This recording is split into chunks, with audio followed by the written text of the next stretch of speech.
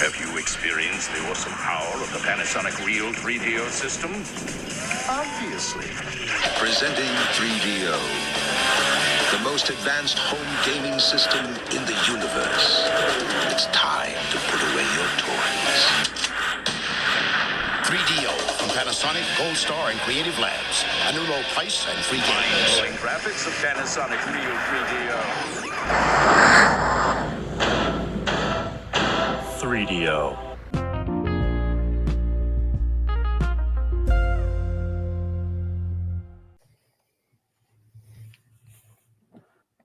Hello, everybody, and welcome back to the 3DO Experience, the 3DO Retrospective Podcast, where we talk about all things 3DO, the company, the console, and everything in between.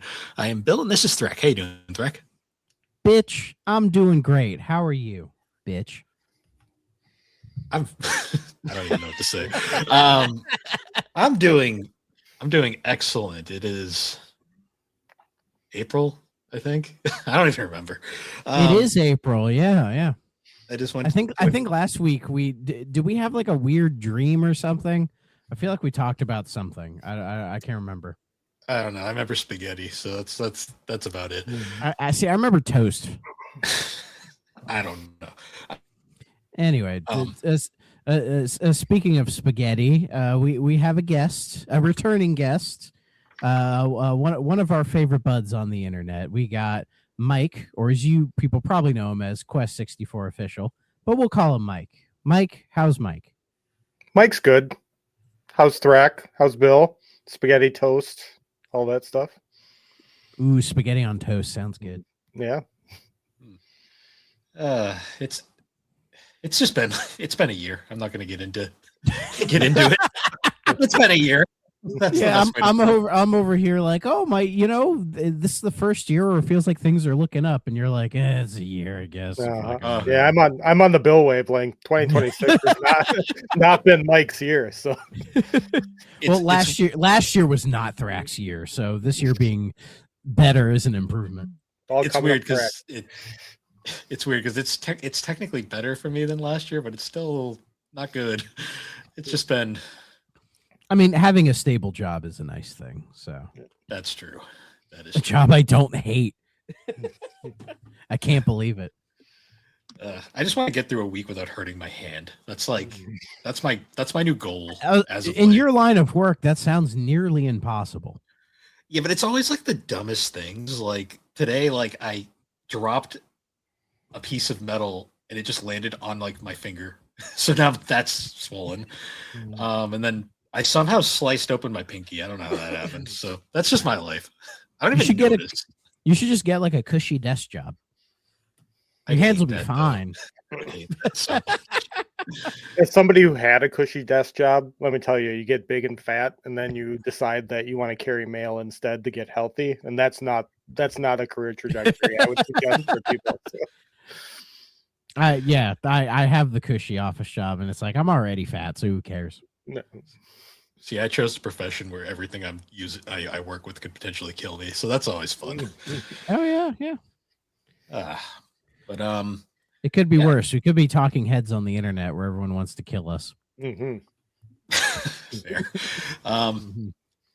Speaking of, I don't know how to transition. We're talking army men again. Murder. Yeah, jobs that might kill you. Yeah, jobs that might kill you. For some reason, it's kind of fitting with what's going on in the world right now with army men and attacking in the air. I don't know how that happens. I will say, this is a lot more fun. That's all. Yes. Yes, but before we get deep into it, let's cover our. This is me once again scraping, so not a lot to talk about. First thing I saw was Yoshihisa Kishimoto. I hope I said his name right. The man who created Double Dragon, River City Ransom, a lot of other notable games from the 80s, passed away at the age of 64. So another loss to one of the classics, one of the guys who pioneered some notable things in the industry. Like I've always liked Double Dragon. I am on the NES. We had Double Dragon 2. And I used to play that all the time. So I still have quite a fondness for that game. Which one was the one with Bimmy and Jimmy? That's 3. 3. So let's see. That Mario Galaxy movie came out, and shocker, it's doing really well. It sure is. Yeah, it's made like $372 million already. And I've heard it's literally just like an hour-long advertisement, basically. I mean, the first movie was an hour-long advertisement, so I'm not expecting anything different. So I will be seeing it. This one's not even subtle about it, though. Yeah, I will be seeing it this weekend. So next week on the show, I can give you guys somewhat of a review. So nice. I'll let you get from the perspective of me, a 30-year-old cynical adult, and then the perspective of my a 9-year-old who still loves Nintendo. So unabashedly. Yeah, my kids really want to go see it as well, and I've tried to put it off until we can see a matinee. I don't want to see it in the evening and pay full movie price for what is the Mario movie, which I'll be watching at home over and over again when it comes out. So yeah, I didn't want to go last weekend because it was like the first weekend it was out and it was Easter, and I'm like, it's gonna be nuts there. I just don't want to deal with the crowd, and then my son can get overwhelmed in crowds as well, so I just didn't want to make it a whole deal. So I'm thinking this weekend will probably be fine. We'll go in the afternoon or something. We'll do the matinee thing. So I'll let you guys know. I'm just skeptical to go to like movies like this now ever since Minecraft. Like I'm always just like that's what killed it for you. I'm just worried it's going to be a fucking shit show for no reason. I feel like if the Mario movie, if this one was a shit show, we would have heard about it by now. Fair. You know? So I don't expect that. Sonic probably will be, but I'm going on my own. I'm going by myself. See, at least and I'll take my son. I'll take my son later, but I need to see it for me. Sonic will probably have a majority adult fan base, though. Let's be real here. Mario's more of a kiddie thing these days. I mean, Sonic has his kiddie fans, you know. It does too, but I've noticed a lot with Sonic fans. People are just less ashamed to be like, yeah, we're Sonic fans. We just it is what it is. Yeah, fuck it. Who cares, man? Anyway. Yeah, I saw Minecraft in theaters. I think I'd be more worried about seeing Sonic in theaters than seeing Minecraft. That was pretty docile. Sonic people are their own breed. I mean, you're talking to 2 of them right now. I know. I know what I'm talking to. And we're considered some of the more sane ones, to be fair.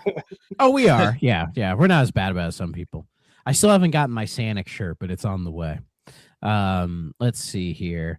I don't know if you guys saw a while ago, Capcom put out the original version of the Resident Evil trilogy 1 through 3 on GOG as part of like GOG's preservation program thing. They're on Steam now. So do you know which version of 1 it was? Was it Analog Edition or was it Analog Edition Special Edition or? That I do not know. That sounds like way too deep in the weeds for me to fucking care. I just want to know if it has the hilarious. I just want to know if it's the version with the hilarious basement track. That's all I really want to know. Well, let me see. Well, because the 3 of them, they're now on Steam now. So if you hate using anything else but Steam, then there you go. If you really want to play Resident Evil 2, the original version on Steam, there you go. I don't know why you'd want to, but hey, it's there for you. All right. Because I know there's 3 versions. There's original Resident Evil, which had the original soundtrack. There's a director's cut, which also has it, and then there's director's cut DualShock edition, which has that hilarious like plagiarized soundtrack that has the hilarious basement music, which is just wonderful. Yeah, I love sliding that music into video memes that should have something completely different in it, and then rickrolling people with basement music. It's such an off-putting track because it's just like what even is this supposed to be? But it works in so many situations. It doesn't really specify, so I honestly don't. Maybe it's a weird amalgamation of all of them, and they're just calling it Resident Evil. I don't know. It doesn't really say.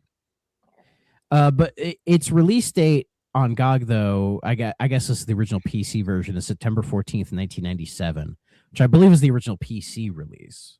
So on PlayStation it was 96. So it could just be a straight up port of the PC version of the original. So there you go. So yeah, there's that. So I don't know if you guys remember, Nintendo tried to patent like summoning characters in a battle as a way to try to like get at Power World and everything. Well, the U.S. Patent Office has revoked it. It granted it last year, and then they decided to revoke it.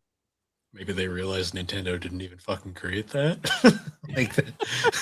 Like that's not even their thing, but okay. Apparently, it says here the patent office director personally ordered a re-examination of the patent. The first time since 2012, somebody has done that without another company getting involved or anything. And they decided to reject all 26 claims made in the patent, meaning that has now been revoked. It's not a final decision. Nintendo has 2 months to respond, but yeah, it could be a case of that they looked into it and went, this doesn't make any fucking sense. So yeah, which is a good thing. Yeah. I owe all my knowledge of this to Haley McLean of the MinMax Network. She did like an hour-long podcast on just this patent and the filings Nintendo did. And she's like, first of all, I've never seen one that went through this quickly with this broad of a patent. And then she's like, and then second of all, I've never seen a patent then get overturned in this way, like you said, since 2012 for something once again this like vague and broad. She's like, so she's been saying for like 6 months that it looks like it's in trouble, and I'm sure she's like quietly celebrating because she was very much against all of these Nintendo Pokemon / vague patents trying to kill off the competitors to Pokemon by patenting weird stuff by like throwing balls and summoning monsters and stuff. Yeah. Do you think money was involved? Like maybe they it's just a question. Like when they put in this patent, do you think they bribed somebody? No, I think that it's just all you need is the name Nintendo, and people just bend the knee immediately. I don't think you have to bribe anybody to be Nintendo. That's true. They probably have enough lawyers that present themselves in a certain way that everything seems official and above the board, no matter what they're trying to pull. Yeah, there's a reason why so many people fear the big N. Mm-hmm. Yeah, it was probably their lawyers just made a really good case because as everybody knows, the North American branch of Nintendo is just a lawyer firm, a law firm. That's all really it is. So yeah, but it's good that it's revoked. So hopefully it stays that way, but we'll see. I'm sure Nintendo will make their case, as they often do. Let's see here. So that Assassin's Creed Black Flag remake that was confirmed by Ubisoft a while ago. The rumor is there's going to be some like official announcement or something set for the April 16th, which is next week. I don't know if it's implying that it might just get shadow dropped. Maybe not. I don't know. If that's the case, I'd be pissed because I just started Assassin's Creed Odyssey.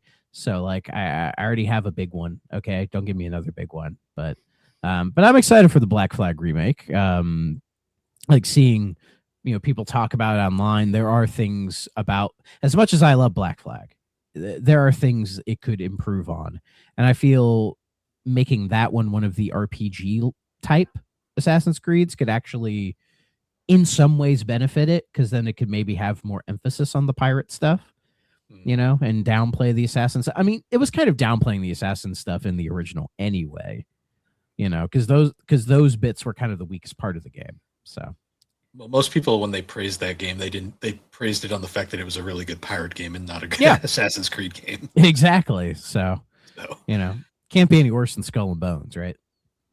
Yeah. God, I hope not. This last one, again, it's a rumor, a grain of salt thing, but this is for you, Bill, specifically. So according to this, Amazon just launched a new wave of Persona anniversary merch for the 30th anniversary of the series, specifically for the first two games. An interesting thing to note is that Persona 1 has the subtitle of Origins, and Persona 2 has the subtitle of Duality, which has never been used before. It could be a reach. It could be a reach. But it would be weird yet in character for Atlas to make new subtitles just for merchandise. So just throwing that out there. Duality makes sense for 2, considering 2 is 2 games. An Origin for 1, I guess. Yeah. So, but basically, it's like they might be hinting that they're actually going to do something with those 2. Honestly, just port the PSP versions, and I think everyone will be freaking happy at that point. So I feel like that's probably what they're gonna do. You can only remake Persona 1 so much. It's still gonna be the jankiest game in the series, no matter how much effort they put into it. 2, on the other hand, 2 is a different story, but that I'll wait and see on. Yeah, I mean, 'cause we said- they remade 3 and 4 now, right? Or are remaking 4? They're and remaking. They remade Yeah. 3. They're currently remaking 4. even though Yeah. 4's already got the PSP was remake the Vita. or Vita, yeah, the Well, golden or whatever. Not so it was. much remake, more of just expanded, like perfect Sure. version. That's like an enhanced edition. Really. It's the definitive way to play it. oh, I just mean 100%. nothing's stopping Atlas from continuing to go backwards and make money, I assume. Yeah. I mean- Well, I think because Persona's become such a big franchise now that they see the potential and like, oh yeah, like Persona 5 was such a huge hit. Like the beginning was putting 4 Golden on Steam. That was the first thing that like it sold really well, and then Sega were like, oh, we could actually do something with this guy, and then they put 3, 4, and 5 on everything. But 3 they chose portable, and then they did the remake of 3, which doesn't solve the Persona 3 problem. No, there's no But it is- definitive way to play 3. There never will Exactly, be. but the closest is that version for sure. Which is kind of genius though, because then you can make people buy all 3 versions of 3 depending on which There's one. they more think than 3, isn't well, there? like Bill? the 3 Well, that people like. There's no like- reason. Isn't there there's no- 4 now? There's 3. Yes. There's original 3. There's FES. There's portable, and now there's So there's 4 technically, but there is no reason to buy original 3 anymore because Yeah, I FES was has original 3. Fez, yeah, Like in Fez it. Golden, and then the other. See, the big contentious point a lot of people had was that they chose portable over FES because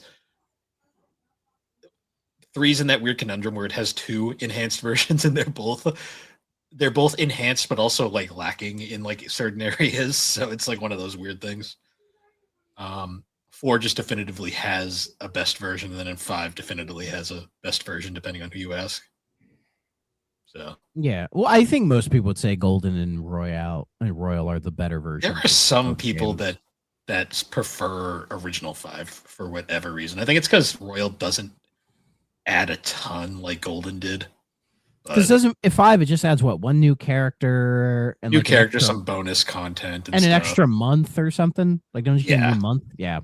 So It's it makes it the definitive version, but it's not as big a jump as like going from 4 to Golden was, because Golden not only added a whole bunch of stuff, but it also revamped most of the gameplay. I mean, I've seen some YouTube videos of people saying why they prefer OG4. And They have a right to their opinion. yeah, I feel like they're stretching though. You know, They want more. 4 is the only one I've beaten, so it's the only dog in the fight I have because I have experience. I can't even really argue. I guess they just like it because it's less handholdy, but Golden's only handholdy if you choose to make it handholdy. You don't have to play easy mode. Yeah, 4's not that bad. Yeah, so and then we'll see how this new version of it is. You know, we'll see. I'm still convinced it still feels unnecessary to me. Yeah, You I know? mean, they're doing it because the 3 remake did really well. Yeah, I'm convinced the only reason we got that 12-second like trailer for the 4 remake was because it got leaked and like everyone knew about it, so they just kind of threw that together as like, here, it's a thing, and then they were like, don't worry about it. yeah. I don't think that's coming this year. I really That I really trailer, can't see it. the fact that all that trailer was Yuna Arakami running around in a very barren Innova with music from Golden just playing in the background leads me to believe that's basically all they made, and they're working on it. Exactly.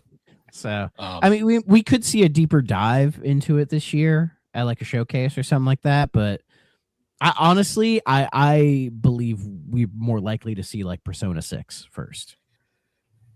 I'd hope, but They're working I on have it. no We idea. know they're working on it, and I think they're trying to avoid the conundrum they got in with Persona 5, where they had to announce it and then delayed it like 3 or 4 times, and it became a whole meme, right?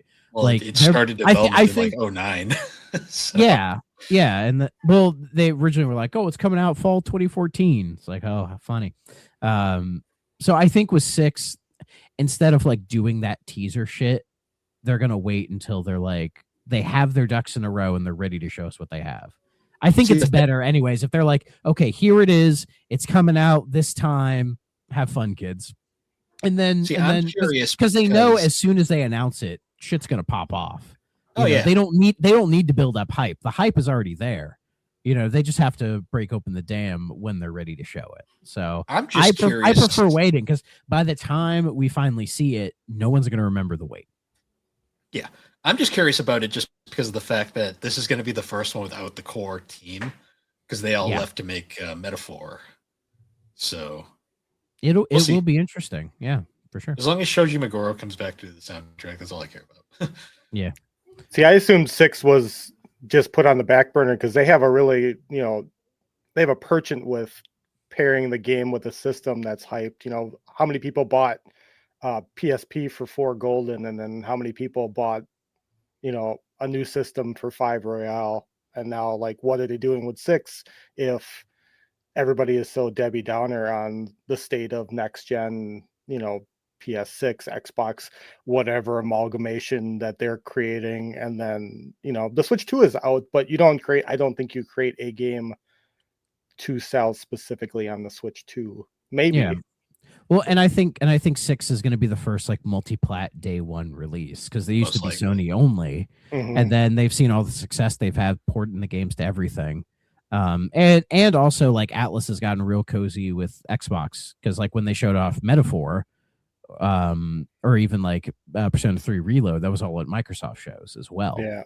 So and 6's rumored color is green, so you might as well show it at Xbox show, right? You would think that they're worried about the way that like the optics of Microsoft right now and Xbox in general. Like if that's a smart move. It's actually but the optics of Sony aren't much better either. It's not even that. I hear you. Yeah. It's not even that to me. It's honestly, it's a genius thing when you think about it. You might as well advertise it at the Xbox show, because all the Sony fans are going to buy it anyways. That's what happened with Metaphor. Yeah, it's like it doesn't matter. All the RPG nuts already have PlayStations. They're going to buy it regardless. Might as well advertise to the Xbox people. Like if Sega has a deal with Microsoft to where they're going to pay for some of the marketing and the advertisement for it, they're going to say, okay, sure. Yeah. Because that's what they did with Metaphor. They had the advertising for it, Oh yeah. So, it's going to come out on PlayStation. And Sega's going to save money. They don't give a shit. Yeah, it's going to come out on everything. They know. All their fans have PlayStations. It's like I'll be the one guy who buys it for Xbox. So whatever, it's fine. So and it's not like the Sony fans aren't gonna watch the trailer. Like, let's be real. Oh yeah. So yeah, like anybody who like is gonna genuinely complain about that or is gonna try to say anything, it's just like fanboy bullshit. Because I saw that with Metaphor, where I saw like one video where it was just like this bad faith argument of this dude thinking it was Xbox exclusive because they were doing the marketing. And I'm like, you're not that stupid. I know you're not that stupid. Did he not see the PlayStation logo at the exactly. Again, that was right there. I hate Sony fanboys. They're just really annoying. Anyways, but that hardcore Xbox fanboys are just as bad. They are. I'm not that hardcore. Hardcore Nintendo. Well, Nintendo fans are their own. If I'm hardcore anybody, it's I'm a hardcore Sega boy at the end of the day. Hardcore fans, but they don't make consoles anymore, so I can't do it. Like the normal gaming fans are the ones that don't really say anything and they just enjoy what they get. So yeah, I don't really think I'm that annoying about Xbox. It's just I just play and I'm fine. Folks, this is a 3DO podcast. They're used to it. I don't know.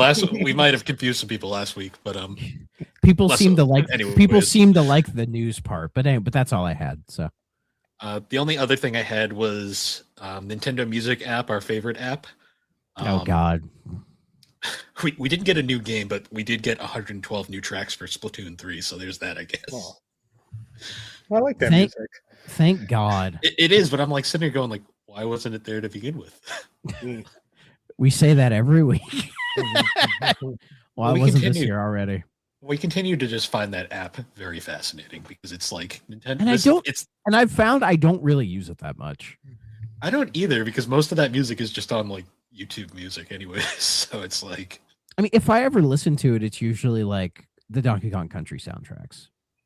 I'll listen to those because they're phenomenal. And when they eventually put fucking like the Earthbound soundtrack needs to be on here, please. I'll listen to that because that soundtrack is amazing. RPGs. Give us all the Mario RPGs, damn it. I'd be fine with that. But Anyways, ugh. So what were we talking about again? This is the next installment in our little sub series, trotting our way through the Army Men franchise, finding out if these are any good or not. It's the franchise that 3D is most known for outside of their console, which is sad. But I would argue they're more known for this than the console. These days, yeah, that's how I discovered the console was these games. But Me too. We're talking about Army Men Air Attack or Air Combat, depending on the console you're playing on. Just pretend I have a copy. Mike, where's your N64 copy? It's over here around the corner. Okay, I believe you. Is it in box or not? No, I don't. Cardboard boxes are weird. I have some, but not a lot.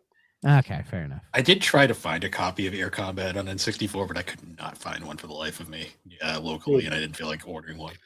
2000 and later games are got stupid, like hard and expensive near the end of the system life. So why is this called Air Combat on N64 when it's Air Attack on PlayStation? I looked into that and I legit could not find any info. It's Air Combat on N64. Mike, Mike, you got anything? I did this one for a podcast a while back. The best guess that we came up with was the N64 version being the United States only. Combat sounded cooler than Air Attack because the PlayStation version got a Europe release, but the N64 version didn't.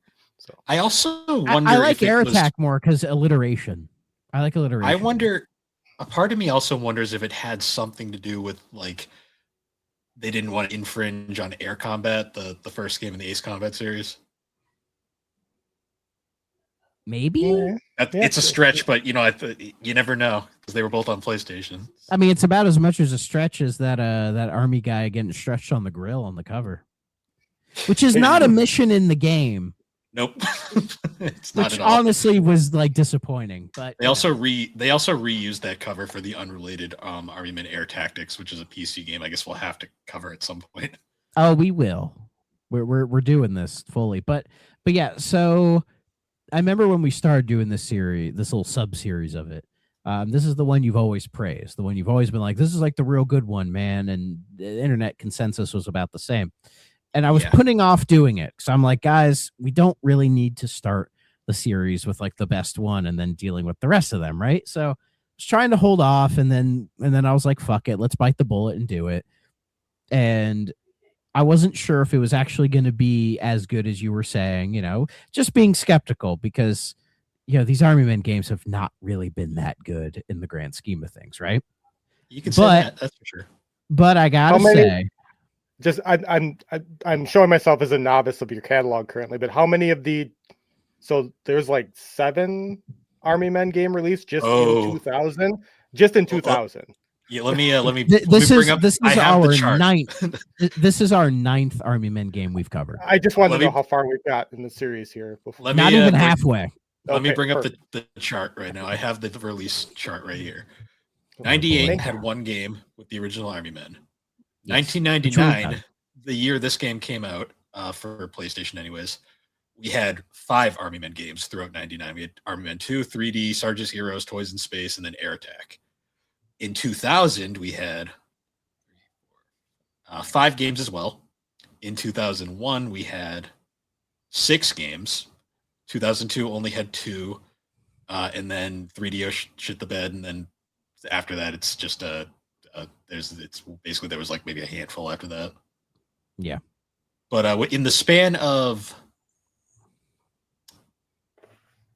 4 years, they released like 20 something games. Yeah. And we're not even halfway there. And that's not even counting. Are you guys playing all ports too? Like, are you doing like all the different versions? Because obviously, like, oh, okay, yeah, all right, that's what. So we're not that masochistic here. It's kind of touch and go. Like, I did play a few minutes of this to get a feel for it, so I'll touch on it. But there's not much to say about this, so we're not going to give it its own episode. Yeah, like when we did Sarge's Heroes, like it was a mixture of people playing the N64 version and the Dreamcast version. Mm-hmm. So, because that's the version I have. Okay. But yeah, like I was like, is this game really going to be, the best in the series or whatever? After playing through it, I gotta say, Bill, you were right. Like almost unequivocally, like the best game in the series. I'm grading on a curve, right? Because the other best game is RTS, right? yes. And RTS is very good. RTS also has the benefit of being made by a separate studio, though. Yeah, being made by like an actual competent game developer. But yeah. I mean, whoever made Air Attack, I would say they're fairly. Themselves. This must have been their A team because, like, it controlled well. It had a nice variety of missions. It had like a decent kind of a story. The missions weren't too long. The difficulty curve was just right. Graphically, it looked fine. Like when I was playing it, I was like, I don't really have any major complaints. It's notable too. This game was made around the same time as Sarge's Heroes. They're in technically the same universe because this game technically takes place in the Sarge's Heroes timeline because we're going to get into Army Men. There's 2 timelines that split off. There's the Sarge's Heroes timeline and then the World War timeline, which is its own boring thing in the corner. This deep lore. It's got a surprisingly deep lore when you really think about it. It's deeper than it needs to be. Like when we covered Sarge's Heroes 2. I've said that before once or twice. Yeah. Like when we covered Sarge's Heroes 2, I had to point out that like the game literally leads into Portal Runner. Like there's a whole like continuity thing going on there. Continuity. Yeah, I mean, yeah. Just, that's not a word I would associate this series with, but I guess to bring up the basic plot summary of Air Attack. The Green and Tan armies are once again at war. What else is new? This time basically this time the Green Army is deciding we're going to fight by air. So we have our protagonist, Captain William Blade, the most metal as fucking name ever, and his team, the Alpha Wolf Squadron. And essentially they go after the Tan Army with their new helicopter army, and it is basically just that is the plot. That is literally which co-pilot did you use mostly? Usually the default one, Woodstock. Sometimes I'd use Rawhide. I just like the way the guy said Woodstock. Rawhide. I like him. He's like the weird British one. I liked him. Which copter did you prefer? Were you a Chinook fan or were you a Huey fan? Well, I kind of changed as the game progressed because you unlock them as you go. And it felt like I start with the Huey and then the Shin. Like whenever I got a new one, that was just my copter now because it's like, oh, this thing is stronger and faster and better. Great. Except for the Chinook, which is not faster. No, but it can take a bit more of a beating. So it's yeah. And in a game like this, I will always prefer like more defense because there are moments where it's just like everything's firing at you at the same time. There are a few missions though where speed is the key. Yes. So the Huey is more useful. That's actually one thing I want to get into with this game. The reason why I always say this is like the definitive Army Men game is because this game really checks off like all the boxes for Army Men. It actually uses the theme like well. Like we don't get like 3D vibes where like it's just you're playing as Army Men in this realistic setting and it just kind of is like whatever. This one really plays into the whole you're playing as toys gimmick because like literally levels are either like in a kitchen or you're flying around a picnic in someone's backyard. Yeah, like a backyard garden type situation. You know, you literally pick up like soda cans and you're flying around with that stuff. There's a mission where you have to rescue bugs, and when you free them from their containment, they literally go, "We're free" as they fly out. And then they help you, which is actually they do. Really cool. They fucking annihilate the Tan Army, which is just hilarious to watch. The one I liked was when you use the ants and their love for sugar to destroy like the Tan bases.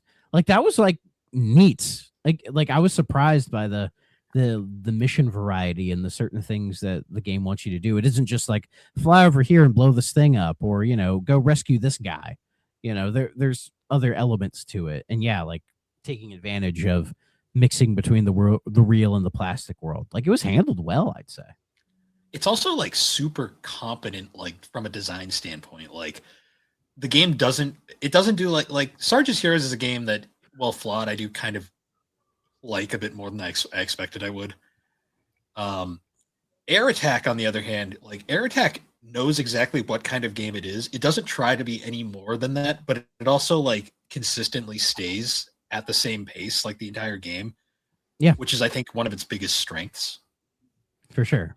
This game was directed by Kuru Sanada. I don't think he did any other Army Men games as a director. I know he worked on some of them, but he also directed Fight Night rounds 2 and 3 as well. So he's like super competent as a like senior game director. So that might have had something to do with this one being more parsable as a standalone game as opposed to just another Army Men game. Yeah. Do you think it was like a work for hire situation with him? No, because I think he was with 3DO for a while before that. Oh, okay.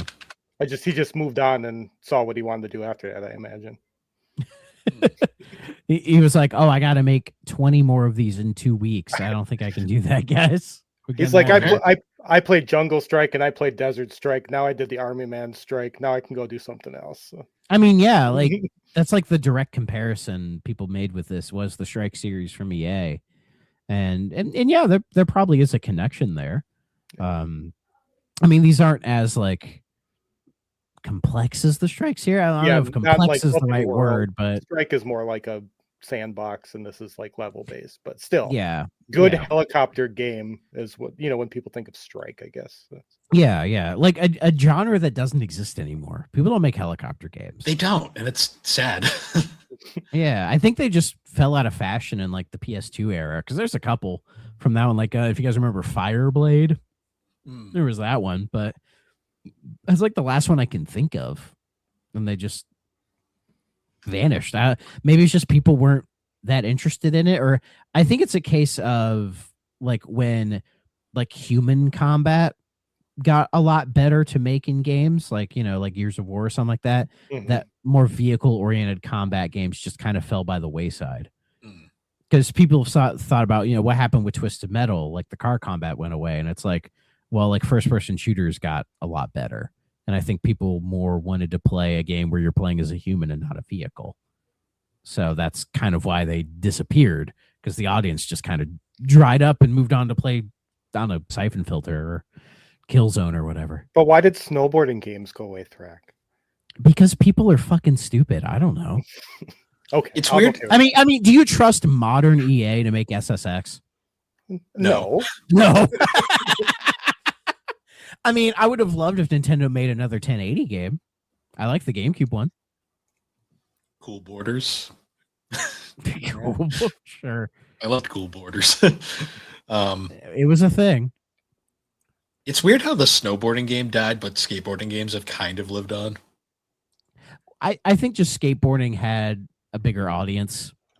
Like the Tony Hawk games were massive, like they weren't just massive for a video game. Those were like cultural tide shifting games, whereas the SSX games, they're just very good video games. And we're riding that wave that Tony Hawk created. So once, the extreme sports dried up, everything kind of dried up with it though. If I had to guess. So another interesting thing with Air Attack that I found was like the humor was actually fairly decent in this game as well. Yeah. I really do enjoy the opening cutscene where it's like explaining how like the helicopter project comes to be, and you get the one little tie-in to Sarge's Heroes where it's like we have Colonel Grimm and then we have Sarge, and then you get the fucking green guy's shenanigans in the background. And you just have Sarge fucking head in his hands. Well, there's a mission where you rescue Sarge. Yeah, because I'm assuming it's part of Sarge's Heroes is just happening at some point during this. Yeah, they're probably happening. If we look at the timeline, they're probably happening at the same time. So, and Sarge's Heroes was like immensely popular as a game. One version came out in '99 and one came in 2000, so they had to play on that. Like, you can't just stop using the popular characters. Yeah. When everybody else is a plastic army man, you got to use that one name. See, Quest, I gotta ask you were there at the time. Like, how popular were these games back then? Ridiculous. At least it was right in my wheelhouse. I was a teenager, but like I remember all the advertisement. Like, it's '90s advertisement, like you said. Like, army men getting burned and melting and yeah. Yeah. Yeah. So like, yeah, I remember so many of these games coming out, like so many that I couldn't keep track of them. You go to the video. So did rental all the store. fans. Yeah, they were like not just in the N64 section, because we had three in the N64. Yeah, but like any section, or even going to Shopko, how many army men things you're going to see like on the wall in 99 and 2000. It's wild. Was it like riding the success of like Toy Story when that came out? I don't think so. I just think that army Okay. men look cool in 3D. Like, so you had Yeah. you had N64, which like excelled in that kind of smooth polygon look that worked on here, and then you had the other systems that like were good at, PlayStation was good at everything, and Dreamcast was on its way, PC like had the RTS game, and everybody was cashing in. Like it didn't matter what system you had, you were getting, even handheld, you're getting an Army Men game because Army Men are cool, dude. And it was easy. They were easy models to make as well because you couldn't have like super detailed like graphics. So using something that was familiar, because kids back then knew about the Green Army Men toys. I grew up with them. Yeah, and you could have stiff animation because Army Man plastic toy. Yeah. Like it just kind of it was a perfect meeting of two different ideas. So. You'll notice too when you play all these games that they all clearly run off the same engine, so they were definitely saving money absolutely on from a 3DO game. You shocking. Yeah. I bet it was called the 3DO engine, guaranteed, or the Army Men engine. The Army engine, which sounds kind of awesome, actually. We'll save our thoughts for when we get to it eventually, but when we eventually play Army Men Air Attack 2, you'll notice really quickly, it's the same game engine, but it looks slightly nicer. I mean, that was my thought when we did Soldiers Heroes 2, because I played the PS2 version specifically, and it was like, this is the exact same game, like as like the N64 or PlayStation version, but it's just a lot prettier. And having two analog sticks, they tried to improve the controls, but they really didn't. Well, that was actually the funniest part of that episode. It was because we played the PS2 version, then Dave and Jiggy played the N64 version. Yeah. So they had radically different thoughts on a lot of stuff, which was really interesting. Yeah. But how different are the PS1 and N64 versions of Air Attack? Probably not much. Different enough. 4-player multiplayer is a pretty big difference. Yeah, we didn't get that. We had 2-player split screen. And it wasn't like fun split screen. It was the not fun split screen. Yeah. Oh God, why? Because they hadn't figured that out yet 100%. Clearly. Jesus Christ. But like there's no major like extra missions taken out, or I've only played this version, so does the N64 one. Does that version have the CGI cutscenes, or did they cut those out? They're short, but they kind of exist. Like they're not. Okay. Like, I mean, I'm sure you could look one up. It's not as long as the PlayStation ones, like they did with most N64 games. Just short 5 seconds. Because I know Sarge's Heroes 2, they kept the cutscenes, but they rendered them with the in-game graphics rather than using the CGI. Mm-hmm. The Air Attack doesn't have a ton of CGI cutscenes. It mostly has the opening one. So I'm assuming they probably had enough space they can compress that one down for the N64. And I haven't seen the PlayStation one, so I'm going on just once again this version. So I imagine it's prettier off of a CD.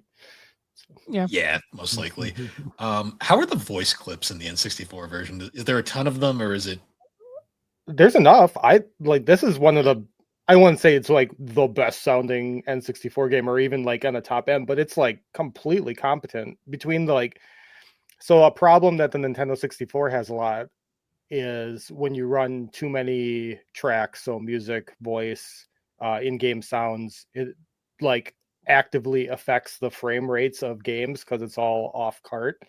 Yeah. This game didn't have, surprisingly, with all of the explosions and stuff, had no stutter on the N64, even with all the sounds going on. Whereas more competent games, no offense, Army Men, but no No Mercy, everybody's favorite wrestling game, if you put 4 people in and have the music running, the game doesn't run. It chugs down to 10 frames. Very choppy, yeah. And the the cool guy fix to that is turn off the music and the game runs perfectly again. If you just turn off the in-game music, the card doesn't have to process the music off of the card into the system because there's no on engine. And you're not missing much from that music anyway. No, you're not. You should be listening. You're really not. You should be listening to Fred Durst or Linkin Park or something. Yeah.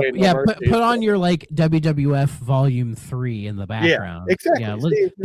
Listen to that. Listen to the full Jim Johnston. Yeah. And then Fred will just appear in the game because he appeared in so many games that era. I don't think he's in No Mercy. He's probably not in that one, but he's back down. He's in the PS1 games. Yeah. Which was it was sound is good. Frame rate's good on the N64 too. Yeah. No issues. Okay. The game actually has higher ratings on N64 than it does on PlayStation, which is interesting because usually Direct didn't seem to like that. I'm sorry. No, I'm just trying. No, in my head, I'm trying to think why. Because from what I'm hearing, like they're practically the same game on both. They mostly are. I think the benefit of that is the fact that the game is not very big. Like it's only like 12 to 16 missions long, which is for a game of this. You can beat the game in like 5 hours, maybe. Yeah, it's a quick play. And the game. What's cool is between missions, the game actually gives you a map and shows what the actual mission goal is. So you don't even have to. And you can look up the map during the game as well, which helped, especially with there was that one mission where you had to defend all of the bases from like the portals of Tan soldiers, and I kept fucking it up. But then I was like, wait a minute, what if I just stay here and defend just the one? Because there's like 3 or 4 of them. What if I just stay here and defend this one, and then I beat it first try? You know what a tactic? you know what tactic I really enjoyed doing in this game? What's that? Picking up random shit and just dropping it on Tan tanks. That was fun. Yeah, there's just something really funny about crushing a Tan tank with a drink cup and just being like, "Oops." Stuff like that. Like, because the main gameplay is like the helicopters move really smoothly for. Army Men standards. Like honestly, it moves better than like the only modern comparison I could think of is like the helicopter controls in like Grand Theft Auto games. I hate how the helicopter controls in those. It's very snappy and arcadey.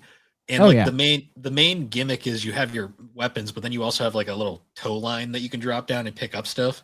So you can just like seamlessly like drop the thing, pick up whatever's below you, and just move on. Yep. And a lot of the time it's to pick up like power-ups and stuff, but you can also just pick up random bullshit around like the thing, like pine cones and leaves and shit. Yeah, you can drop your like tow cable and then just fly around with it open. I used to always just carry like a fucking drink cup and then be like, ooh, Tan tank, drop. And then just crushed it. They really lead into that in the N64 version too. Like so we were talking about the multiplayer, 3 of the 4 versions, there's like 3 different or there's 4 multiplayer, like whatever you want to call them, styles of multiplayer. 3 of them are winch based multiplayer stuff. Like there's like a winch to flag, and then there is one that's like winch specific foods. Like you have to get like a whole shopping list of foods. Yeah. And then there's another one where like scientists are being like chased by like crabs, and you have to like winch the scientists out of danger. And then the last one's like actual like combat with bugs that you have to hunt and stuff. But like if 3 of the 4 things are based on the winchy tow cable mechanic, they clearly knew that they did something right, and they're like, well, we have to lean into this now. So, yeah. If only you could winch everybody else's helicopter. Yeah. Now that would be cool. So I got to ask, so the N64 version is 4-player. I know in the PS2 version, you basically play like the classic green versus tan. Do they have more than 2 colors? Yeah. There's blue and what's the 4th color? Is it gray? I think it's either gray or whitish. Once again, we're talking the N64 here. Let's just say it's gray. Well, there's blue in the PlayStation when you're doing the single player. They're like blue soldiers. Mm-hmm. So the blue army does appear. Like they hadn't. They canonically, their story shit hadn't really been developed yet at this point. Can I get an invite back for when you guys finish all the Army Men games, when we do the Army Men Avengers tier list? The timeline. Like I want to do the official like canon, like start to finish, what order to play the Army Men to have the canon storyline. I said if we're going to do that, but now we have to. We've committed. Yes, we will. I mean, yes. I'm ready to write this down because I know there's no official timeline, but I will we're definitely build one. we're gonna string this out, and then the people who run the Army Men fandom wiki are gonna get super mad at us. We're So I going can't to wait. write the timeline. If there is no definitive timeline, it's going to be on the 3DO experience. That's part of the experience, I imagine.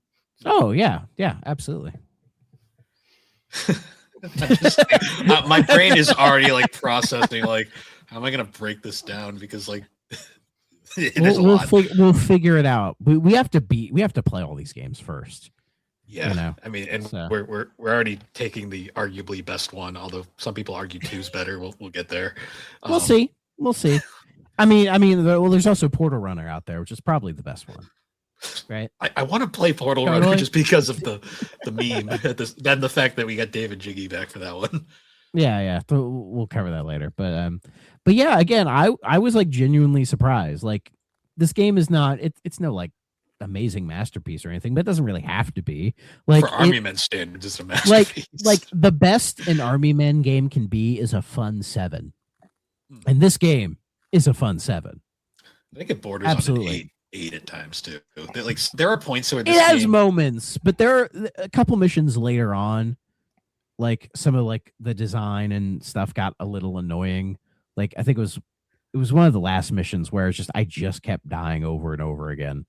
Unfortunately, like, you can only push this concept so far, which is probably why they only did 2 games. Yeah, it runs out of steam a little bit by the end. All they do is just make it harder. Like they're like, we're just and it gets like bad hard. You know, where they're just throwing, like you turn a corner and there's like 3 tanks shooting shit at you, and I'm like, guys, come on, this is ridiculous. I actually do really appreciate the restraint from 3DO though, where they actually had a gameplay concept that was really popular and actually successful, and they only made one more, and they didn't milk the shit out of it until it was shit. And this is an idea you could have milked the shit out of because it's such an easy concept to replicate time and time again. But again, maybe they saw that like helicopter games, you know, wasn't really worth like being the thing that the series was going to hold on to. Or maybe they did 1 and then they did 2, and 2 was also successful, and then they just didn't want to push their luck because the rest of their games were not. Well, and also like I think by the time they did the second one, I think they probably just saw the writing on the wall. Well, I was going to say, as a 3DO podcast, so 2 comes out, and how many more years is 3DO a company? 1? 2 years? Like 2 more years, I think. I think 2 more. They could have got 5 more of these out there. I agree, but maybe money was tight. Like maybe. So Air Attack 2 came out in 2000. They had 3 more years. Okay. Because they went bankrupt officially in 2003, I want to say. Yeah. And they're like, guys, Air Attack 3 is going to save us. Well, they followed up Air Attack 2 with Green Rogue, so we already knew they were in trouble at that point. Oh, Jesus Christ. Because keep in mind, when Air Attack came out, the first one, the series was still generally considered, it was in still a good standing with most of the world at that point. By the time 2 comes out, it's starting to slip. Yeah, I would argue the time between Sarge's Heroes 1 and 2 is like peak Army Men, which is like a couple, like maybe a year. Yeah. Yeah. Spin-offs are still viable when your mainline games are doing well, and that's what they did, because they did RTS and Tactics and whatever. Was it World War? There's the World War quadrilogy. Yeah, that's a separate timeline, Mike. I didn't know that till now, but like now I know. Now you know. see the World War games take place basically because the timeline kind of splits at 3D, where they're 3D. Basically, they were like 3D is a remake of 1, and for all the people that really liked that game, not a lot of people did. It's hit or miss. They were like, all right, we'll take that game and then make an entire series that's basically just that, where it's like serious and we don't dive into the goofiness. That was World War. They made 4 games, which if you took all 4 of those games and stuck them together, they might have had 1 competent game, but instead they made 4 mediocre games. We'll get there when we get there, because the World War series is if those games didn't exist and you just looked at the Sarge's Heroes games, you'd actually be like, this series isn't bad up until this point. So Yeah. Sarge's Heroes is Andy's house and World War is Sid's house. Is this what this the timeline I'm hearing now? That's the canon, right? Like Sid's house almost seems too fun for the World War games. Yeah, because Sid's house is where weird shit happens, and I believe the World War games, weird shit does not happen. No, the World War games are basically just like actually trying to be realistic with green army men running around. And explosions and firecrackers. Yeah. That's Sid's house. And then they're almost like trying to play all of the other Spec Ops games that aren't Spec Ops The Line. See, I always think of like the Sarge's Heroes like timeline is basically just like small soldiers. That's basically what we got going. That's on a good, here. that's a good comparison for it. I So wish David Cross was in these games. So Portal Runner is Spec Ops The Line, or is Army Men The Line? Then is that what I'm hearing? Portal Runner is Portal Runner is its own thing. Portal Runner is see now I'm imagining like that Spec Ops The Line where you're like losing your shit and it's just the Vicky Grimm. See, the best part about Portal Runner to me is anytime I'll post like the Army Men games and someone's like, why is Portal Runner there? I'm like, because that's an Army Men game. And they're like, no, it's not. I'm like, yeah, it is. Oh, that was like the most. That was They thought taking Army Men off it would make it more appealing. Well, they thought if they used their femme fatale fan service character as the main character, that would instantly sell. Yeah, they were like Tomb Raider's big right now, even though 2001 was not a good year for Tomb Raider. So we'll try to capitalize on it. It's like, guys, Tomb Raider's big right now. Let's put our character on the cover in a cheetah bikini with a giant tiger. That'll sell. Like, what freaking Tomb Raider game was out in 2001? Was it Last Revelation or Chronicles? I think it was Chronicles. I think, which isn't good. That's like the start of the slip. Yeah, that was not the start of the slip. Well, so I want to argue that if 3DO had a little more foresight, they would have leaned into green boobs in Portal Runner as opposed to like a human looking. Like if they just would have went harder on Army Man, that still would hit today in this climate. IMO. Well, Vicky was always weird. LMAO. She was always like a regular. Well, no, she's got green hair. Like that's in a green like crop. But so I'm trying to remember. But she's got like a bikini that's green and then like green pants. But she's like kind of a human, right? Or is she a tan? I don't. She looks more humanoid. But I think she's supposed to be like all the other, like Sarge is complete green. Yeah, Vicky's it's like the Barbie. This may surprise you. I don't have like a Portal Runner poster in my room or something. You know, you could have fooled me. You could have fooled. Well, no. The fun fact is the Portal Runner poster like went even deeper into the fan service. I'd have to find it, but it's like you take a look at it and you just go. I think what Quest was trying to say, if they made her all green as opposed to having the human skin, like it could have lasted longer, and they could have showed boobs because it's like they're green boobs. They're not. They're not plastic boobs. Yeah. Who would have cared? Yeah. Look forward to more of this in the continuity episode of Army Men. Coming. Look forward to this in the Portal Runner episode where we go deep into where we slowly drive Jiggy Look Back mad.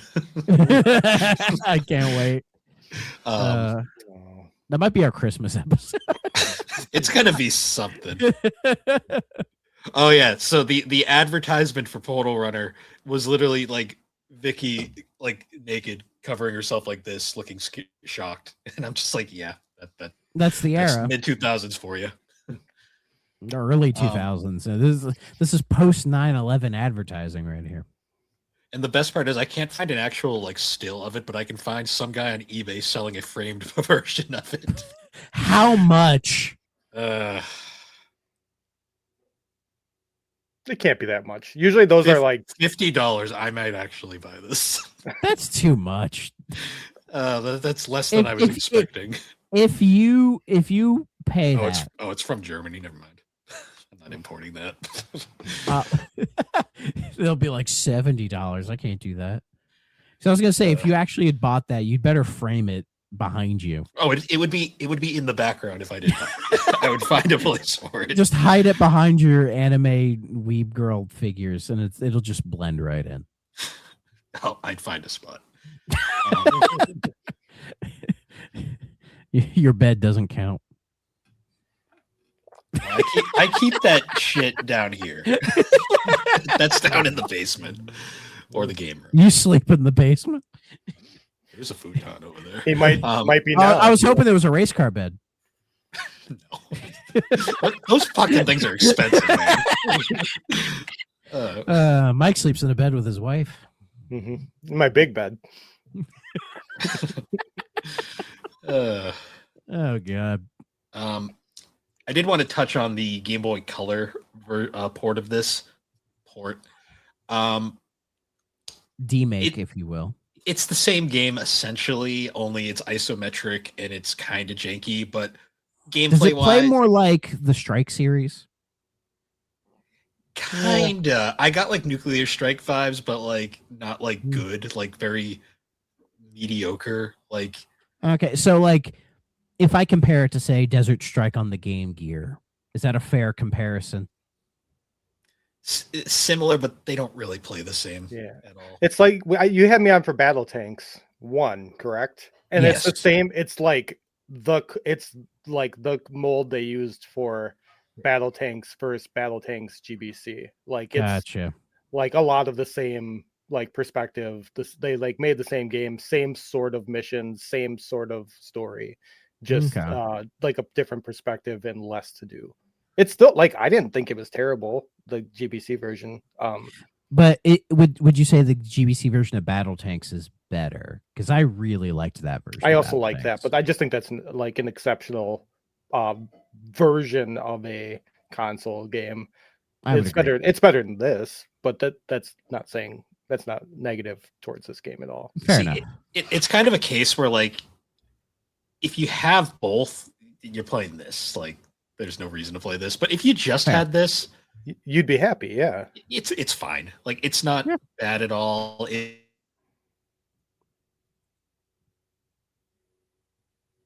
Darkest Heroes 2 on Game Boy Color, that's for sure.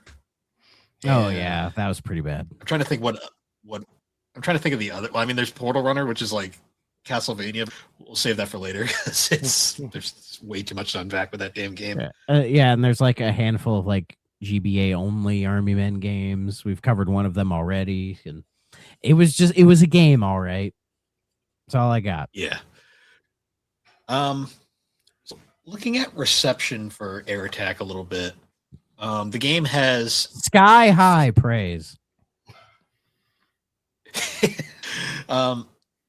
For Army Men standards, like it's got probably the highest game ranking score. Like it's got the N64's got a 78%, PlayStation's got a 71. Even the Game Boy Color has a 65, which for a Game Boy Color afterthought port is pretty good, all things considered. Yeah. It's like when the worst kid in your class gets a high C, and you're like, oh shit, yeah, something's working here. Looking at the rankings, like they kind of average between 8 out of 10s to like 6.5 out of 10s. Like the lowest score I see here is PlayStation Official K gave it a 5 out of 10, but that's like the lowest. Yeah, I saw EGM gave it a 6.375. Like, what were we doing? What the fuck is wrong with you weirdos? That's way too deep. That's way too deep. No, I like the guy from Next Gen said it's got lots of cool ideas and good looks. All it needs is more levels, better gameplay balance, and a faster pace. He's like, it's a good game, but it just could do all this, and it's a better Could you game. give me two games of this game at once? Could you give me 2 Air Attacks? In an era where like 5 hours was considered like a good finish of a game, like that's like a good game. It's not an arcade game. It's not an RPG. It's a good in between game. But you know, we were getting to the early 2000s where games were like literally ranked on how long it takes you to beat, and if it wasn't 20 plus hours, it was bad game. So I mean, people think that now. Yeah, I know, but Wait, now if a game's under 100 hours, it's considered a disgrace. But they're like, it's over 100 hours, but it's like slop, so it's all bad. It's like, Well, I like when like Resident Evil Village came out, that was like a talking point with that game. There's like, oh, we're gonna pay like $60 for like an 8-hour game. It's like, yeah, but it's like a good 8-hour game. Yeah. Who cares? Who So- fucking cares? I have to bring this up because this is just hilarious to me. So GamePro, I guess, had like really quirky names for all their reviewers.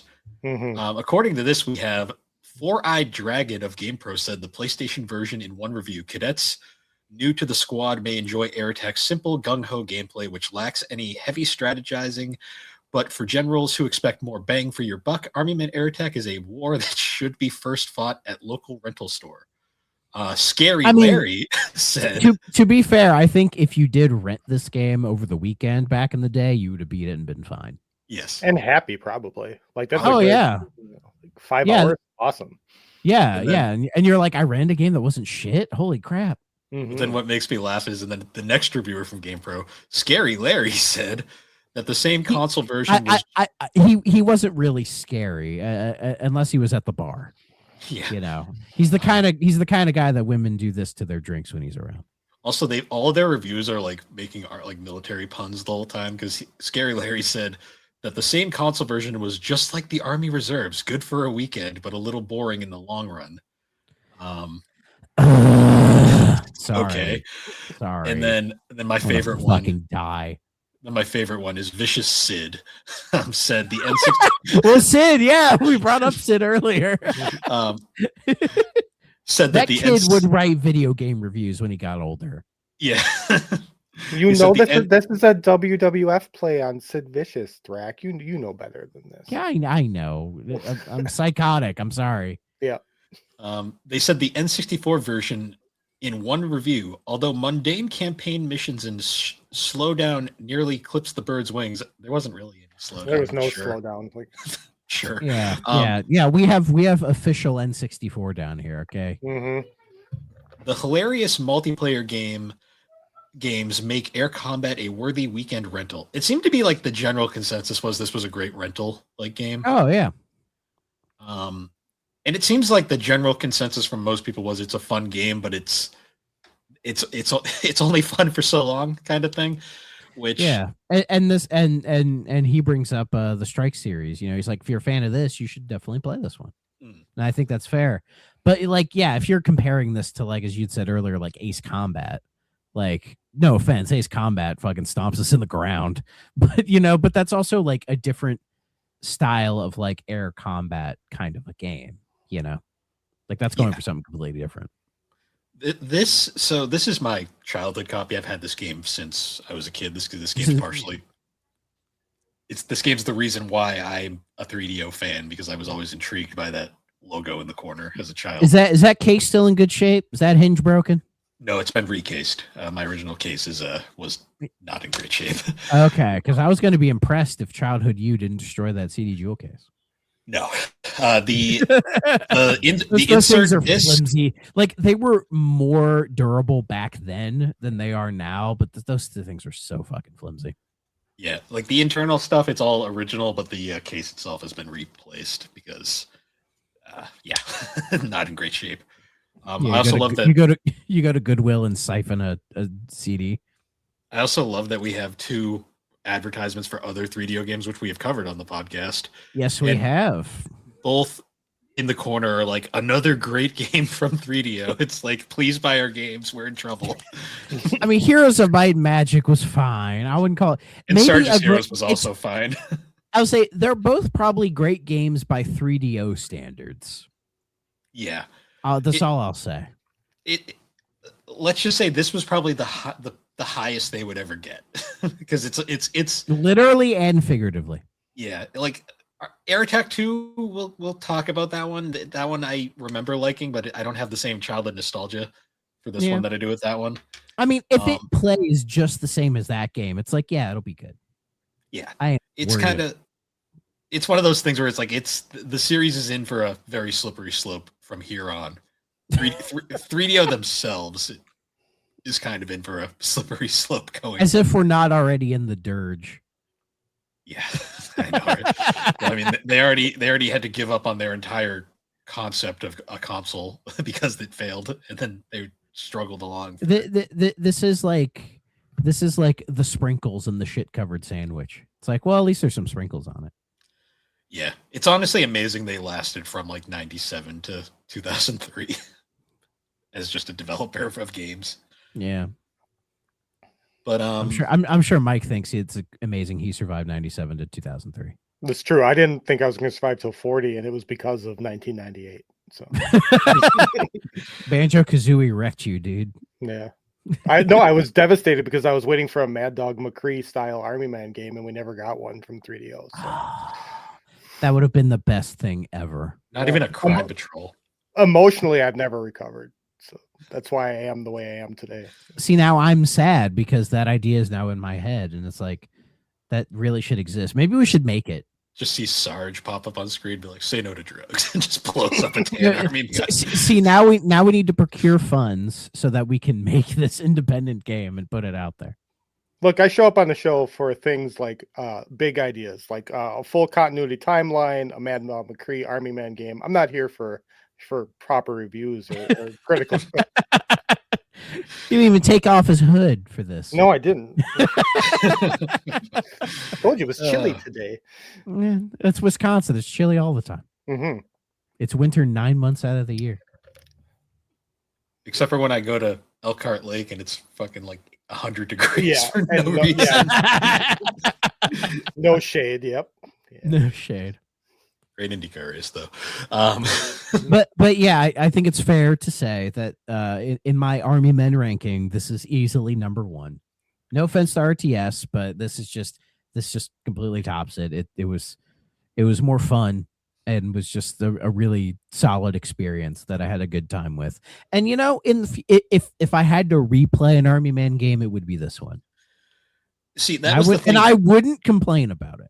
That was the thing with this game was like, because after we did 3D, I was a little worried because 3D I had a lot of nostalgia for, and then I replayed it and I was that like, game was awful. I was like, this game is oh my shit. god, it was bad. So I was a little nervous coming back to this one because I'm like, this game I have legitimate childhood like memories with, and I was like, I loved this game as a kid, and I put it in, and I was like, yeah, no, this is still just as good as I remembered it. And just for context, 3D is at the bottom of my Army Men list. It was my least favorite of all. I'm actually like thinking of the other ones we've played. That's why I'm trying to think of one I enjoyed less. And I mean, well, so my ranking currently of the games we've played from worst to best: 3D, Green Rogue, Sarge's War, Army Men Advance, the original Army Men, Sarge's Heroes 1, Sarge's Heroes 2, RTS, Air Attack. That is my current ranking. I guess. I haven't played all of them, so I can't. Yeah, they're now on N64. Yeah, that's.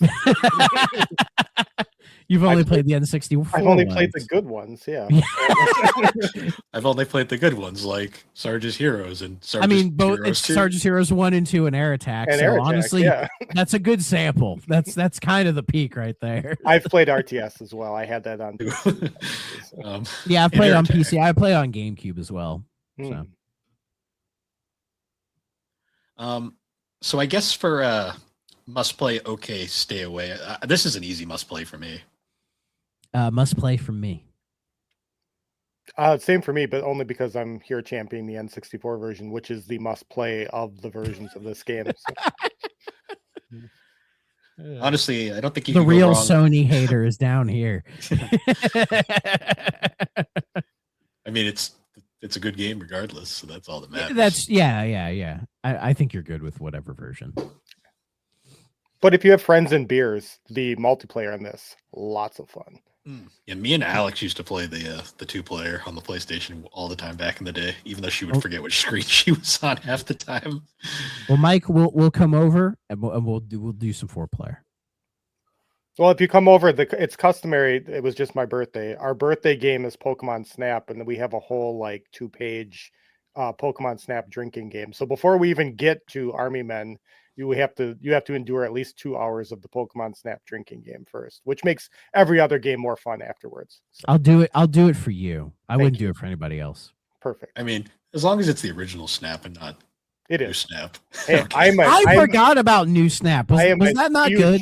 No, it was great. Don't listen to Bill. I'm in. No, I don't actually hate it. I just want to get a reaction out of Chris. Yeah, I've got like 200 hours in the new Snap. That's our like controller pass game that we play in the living room. So. Cool. I just But say it's that not. because our buddy. It's not Snap 64 though. I get it. I know Chris does not like it for some reason. I just think he doesn't like games, to be honest. He likes No, he likes the Tales series. That's he likes Final Fantasy Tactics. So like he just sounds like somebody. That's not a game. Likes to be. That's an exercise in futility. Yeah. He just likes to be hurt by games instead of fun. Yeah. So I don't know. I've played Pokemon Snap on 64. It's fine. It's fine. It's but my favorite first-person shooter.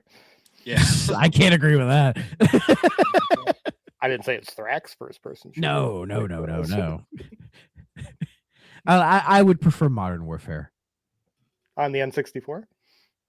If they made it on N64, yeah. I would love to play a demake of that game on N64. See, because when we were doing the reviews and they were making the army puns, I was thinking, man, imagine if like Call of Duty was around back then. The fucking puns they would make. Oh my god. Dude, Tom Clancy on N64 is pretty fun. Oh, Rainbow Six, yeah. I'm not a big fan of the first Rainbow Six game. Doesn't matter the version. I don't know, when it's a first person shooter and I can't see my gun, I'm just like, eh. But you know, I'm gonna be picky about it because I feel like it. But the only Rainbow Sixes I like are the Vegas games anyway, so that's fair. I'm playing the Division right now, or Division 2 currently. Oh, I've been messing with Division 1. It's really good. Division 2 is still active online. Shout out to one is still active online. Well, I mean, like people bugging me to play it all the time. They just had an anniversary event for Division 2. Yeah, they did. Yeah. Well, one, it had it's like that definitive edition with all the season pass stuff, and I got it for like $5. Yeah, that's it's what really I spent good. on too. It's really good. I wish it was crossplay, but unfortunately we can't play it. And that's 3DO. Exactly. Thank you all. The show's canceled now. Meanwhile, I'm just But yeah, I guess now is any good time to wrap this one up. Mike, thanks for joining us again, man. Thank you for having me. I don't know how many more I can come on for because 3DO games on the N64 were not plentiful. And that's all I know. So. Well, there's definitely he's not going to boot up a real 3DO game for this. I mean, we got Battle Tanks 2 or Global Assault, whatever it was called. So. Yeah. We'll do that 1,000%. And then we'll definitely do the ranking at some point. And the timeline. The timeline. We have the timeline. Yeah, not the ranking. He doesn't give a shit. Yeah, that's what I meant. The timeline. I'm not a game ranker. So I'm a continuity kind of guy. Yeah. This man is very much talked about how he doesn't like games getting ranked. Yeah, deep in lore. That's where I live. I guess before we sign off, Mike, where can the people find you? Only on Blue Sky, Quest64Official. Okay. Promoting great podcasts like this one and the other 6 podcasts that you two guys do. So, which I'm sure you'll promote. Yeah, I don't have anything I do myself. I just hang around and talk about Quest64. So. I always love it because whenever I see a podcast I know is talking about Quest64, I'm always like, gee, I wonder who the guest is going to be. And then I'm like, there he is. And when it's not, we riot. When it's not, I'm like surprised. I'm like shocked. I'm just like, has that happened? It probably has. Well, the most recent one was Retro Hangover, and I saw you had popped into the server right around the time. I'm like, And I had been in the server because I did Daikatana with them as well because they needed somebody for the N64 version of that. And that naturally, when you think about Daikatana, I'm the first person you call because I like games, great games. So I was in the server, and then I told Chris, I'm like, I could not find the invite. So I left the server and came back 4 times the day of the podcast. And he's like, oh, I just didn't send it. That's on me. Sorry. He's like, but thanks for joining the Discord. Like, dude, I've been here for a year. That's funny. Jeez. Sounds about right. I guess with that, anyways, guys, so once again, thank you for joining us on the 3DO Experience. You can find the 3DO Experience on all the major podcasting platforms. Be sure to check us out over on the Superpod Network. That is superpodnetwork.com. Awesome site where you can find a whole bunch of different podcasts, videos, blogs. Currently have a whole bunch of Game Boy Advance blogs coming out talking about different games. Thrax article, I believe, is already out. Yeah, it's been out for a while on Drill Dozer. So nice. Mine will show up whenever the boss man gets around to it. And since Quest is here, and we've mentioned it before, go listen to my old Thrack Ops episode on Modern Warfare 1, where Mike was there talking about it with me. It was a good episode. I remember that. Yeah, it was good. And if you want to blast from the past, go look at our Battle Tanks episode where we talk about that game's wonderful plot. Mm-hmm. Might be the best part of that game, depending on who you ask. And it continues in the second one. So once again, because we're a continuity podcast, the Battle Tanks timeline, awesome. Yes. Cannot wait for that. Ace. Yes. Where's the movie adaptation? I believe it's Children of Men. Oh, lovely. Yeah. Shit. Other than that, do you have a new Thrack Ops coming up, or are we still on? I'm gonna get started on it this weekend because if you're watching the video version, you can kind of see a hint at what I've been currently working on. God help me. So trying to get those kind of caught up, but I'll get started on it. Sunday's my free day, so I'm gonna start playing Advanced Warfare. Oh geez, it's problematic because Kevin Spacey, but you know, yeah, it's that one. Yeah, that game is the birth of a meme we still use to this day. So has that going for it too. Fair. And I guess with that, everybody, once again, thank you for joining us, and we will see you all later. Bye bye.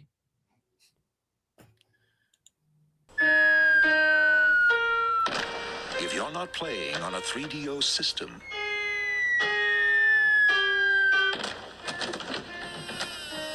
what are you playing with?